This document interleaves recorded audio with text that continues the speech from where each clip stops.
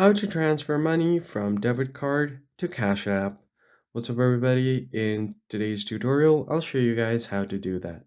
So let's just jump right in without any further ado. First of all, open up your Cash App application and just make sure that you are logged into your account. Once you are logged in, you will find your account balance at the bottom left corner, or if you don't have any balance, you'll find the bank icon at the bottom left corner. Just tap on it. And then from here, you will just have to go ahead and tap on the Add Cash option. Just tap on the Add Cash option right there.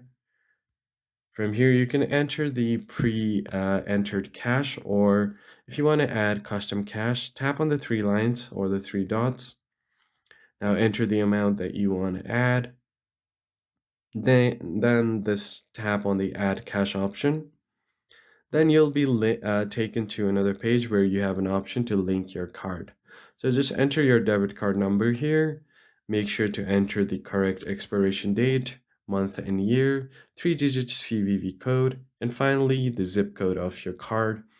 Once all of that is done, tap on link card and the amount will be added from your debit card. And that's pretty much it. If you found this tutorial helpful, don't forget to leave a like down below and subscribe. I'll see you guys on the next one.